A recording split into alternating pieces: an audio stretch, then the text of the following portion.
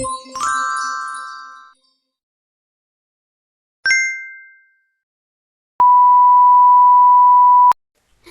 perkenalkan nama saya Cindy Abidillah Bonoe. Saya dari Prodi Psikologi kelas B semester 2. Nah, video ini saya buat untuk memenuhi tugas UTS psikometri.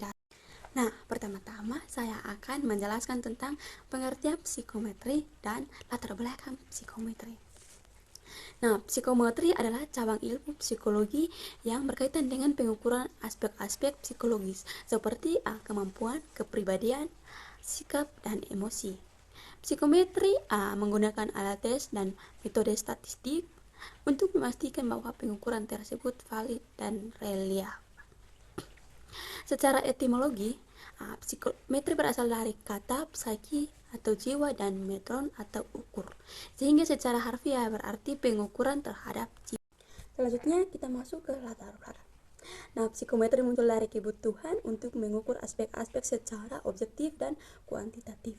Pada akhir abad ke-19 dan awal abad ke-20, para ilmuwan seperti Francis Galton, Alfred Binet, dan Charles Spearman mulai mengembangkan metode pengukuran kecerdasan dan kemampuan mental. Perkembangan statistik dan teori tes seperti classical theory dan item response theory juga mendorong kemajuan psikometri sebagai disiplin ilmiah. Selanjutnya, tujuan psikometri. Nah, tujuan utama psikometri meliputi mengembangkan alat ukur psikologis seperti tes IQ, inventory kepribadian, dan skala sikap. Lalu menilai karakteristik psikologis individu secara objektif dan terstandar, serta menjamin keandalan dan validitas alat tes psikologi, dan mendukung pengembalian keputusan dalam bidang pendidikan, klinis, organisasi, dan penelitian. Atribut atau variabel. Atribut psikologi adalah sifat atau karakteristik yang dimiliki oleh seseorang seperti kecerdasan, motivasi, kepribadian, atau emosi. Nah, variabel psikologi adalah bentuk operasional dari atribut tersebut yang bisa diukur dan diteliti misalnya melalui kuesioner, tes psikologis, atau observasi. Selanjutnya ada karakteristik pengukuran. Nah, karakteristik pengukuran merujuk pada kualitas-kualitas penting yang harus dimiliki suatu alat ukur psikologis agar hasil pengukurannya dapat dipercaya dan bermakna. Berikut ada beberapa karakteristik utama pengukuran dalam psikometri. Yang pertama itu ada reliabilitas atau keandalan.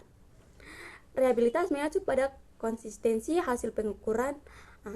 Suatu alat ukur reliable akan memberikan hasil yang sama atau mirip jika digunakan berulang kali dalam kondisi yang sama. Nah, contohnya jika seseorang mengerjakan tes kecerdasan 2 kali dengan jeda waktu yang wajar, hasilnya seharusnya tidak. Yang kedua ada validitas atau ketepatan ukur. Nah, validitas menunjukkan sejauh mana alat ukur mengukur apa yang harus diukur. Ada beberapa jenis validitas seperti validitas isi, validitas konstruk, dan validitas kriteria. Sebuah tes IQ misalnya harus benar-benar mengukur aspek-aspek kecerdasan, bukan hanya kemampuan membaca. Yang ketiga ada standarisasi. Nah, proses administrasi dan penilaian dilakukan dengan cara yang seragam bagi semua peserta. Ini memastikan bahwa hasil dapat dibandingkan antar individu. Yang kelima ada sensitivitas atau kepekaan. Nah, kemampuan alat ukur untuk mendeteksi perbedaan-perbedaan kecil antara individu. Alat ukur yang sensitif mampu membedakan individu dengan karakteristik psikologis yang mirip namun tidak identik. Selanjutnya ada norma atau acuan ukur. Nah, pengukuran dalam psikometri sering dibandingkan dengan norma atau misalnya skor rata-rata populasi. Selanjutnya saya akan menjelaskan pengertian variabel. Variabel adalah suatu karakteristik atau atribut psikologis yang dapat diukur dan memiliki variasi atau antar individu. Nah, contoh variabel dalam psikometri meliputi intelijensi, motivasi, kecemasan, kepribadian, dan kepuasan hidup. Selanjutnya variabel laten dan variabel manifest dan pengukuran variabel laten. Nah, variabel laten atau laten variabel laten adalah konstruk yang tidak dapat diukur secara langsung seperti kecerdasan, motivasi, kepribadian atau kepuasan. Karena tidak bisa diamati secara langsung, variabel ini bersifat abstrak dan hanya bisa diketahui melalui indikator. Yang kedua ada variabel manifest atau manifest variable. Nah, variabel manifest adalah indikator yang dapat diamati dan diukur secara langsung dan digunakan untuk mempresentasikan variabel laten. Biasanya berupa item dalam kuesioner, skor tes, atau perilaku yang dapat dicatat. Contohnya pernyataan dalam kuesioner seperti saya sulit tidur karena banyak pikiran bisa menjadi indikator manifest dari konstruk laten atau kecemasan. Yang ketiga ada variabel laten. Karena variabel laten tidak dapat diukur langsung, pendekatan statistik dan psikometrik digunakan untuk memperkirakan nilai atau tingkatnya. Cara umum yaitu analisis faktor atau faktor analisis untuk mengetahui struktur hubungan antara variabel manifest dan variabel konstruk laten. Atau model bersamaan struktur yang disebut SEM menguji hubungan antar konstruk laten dan variabel manifest secara simultan. Selanjutnya saya akan menjelaskan tentang teori klasik. Teori tes klasik merupakan bentuk paling sederhana dari Witterius Score Theory atau teori skor murni yang 5, Novick 1966.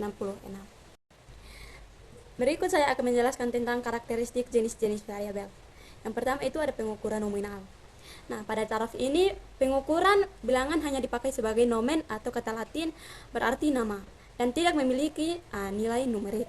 Stephen 1946 menyebut skala nominal sebagai bentuk penerapan bilangan yang paling tidak mengenal batasan atau unrestricted, atau bentuk pengukuran primitif, bahkan konon tidak layak disebut pengukuran sebab menggunakan bilangan sekedar sebagai nama atau variabel tanpa memanfaatkan numeriknya. Yang kedua ada pengukuran ordinal. Pada taraf pengukuran ini bilangan yang dikenakan pada suatu objek memiliki nilai numerik. Bilangan menunjukkan kuantitas dan atribut yang diukur. Makin besar bilangannya, maka makin besar pula nilai numeriknya, dan sebaliknya. Artinya selain mengandung informasi tentang identitas seperti pada pengukuran nominal, pada pengukuran ordinal bilangan juga bisa dipakai untuk menunjukkan rank atau urutan jenjang berdasarkan kuantitas atribut yang diukur. Yang ketiga ada pengukuran interval. Menurut Stephen 1946, pada taraf pengukuran inilah sebenarnya kita sungguh-sungguh mencapai kuantitatif dalam arti yang sebenarnya. Yang keempat ada pengukuran rasio. Menurut Stephen 1946, kebanyakan pengukuran psikologis berusaha mencapai skala interval, hanya sebagian kecil saja berhasil. Selanjutnya saya akan menjelaskan pengertian tes psikologi. Nah, Allen dan Yen 1979 mendefinisikan tes sebagai a device for obtaining a sample of an individual's behavior. Artinya tes merupakan peranti, sarana atau alat ukur untuk memperoleh suatu sampel atau contoh perilaku seseorang. Nah, lebih lanjut, Freiberg 1999 menyatakan bahwa tes psikologi merupakan a type assessment that uses specific procedures to obtain information and convert that information to number or scores. Jadi, tes merupakan salah satu jenis asesmen yang menggunakan serangkaian bilangan atau skor. Selanjutnya saya akan menjelaskan tentang jenis-jenis tes psikologis. Nah, yang pertama itu penggolongan tes berdasarkan tujuan. Penggolongan tes berdasarkan domain atau ranah atribut yang diukur. Nah, domain atau ranah adalah dimensi kepribadian atau wilayah perilaku yang menjadi fokus atau sasaran pengetesan. Sebagaimana kita tahu bahwa ranah atau wilayah perilaku lazim dibedakan ke dalam 3 kategori, yaitu ranah kognitif terkait dengan ranah kemampuan olah pikir atau olah cipta. Nah, ranah afektif terkait dengan kemampuan olah rasa dan olah karsa. Selanjutnya ada psikomotor terkait dengan kemampuan olah gerak. Yang kedua ada tactical performance test. Nah, tapi kalau performance test bertujuan untuk mengukur kebiasaan berpikir, merasa, dan bertingkah laku sehari-hari yang memberikan ciri unik atau khas pada masing-masing orang. Nah, B. Penggolongan tes berdasarkan audiens atau khalayak sasaran. Nah, khalayak adalah kelompok subjek yang dituju sebagai sasaran penerapan tes. Identifikasi khalayak sasaran ini merupakan salah satu pilar validitas atau kesahihan sebuah tes.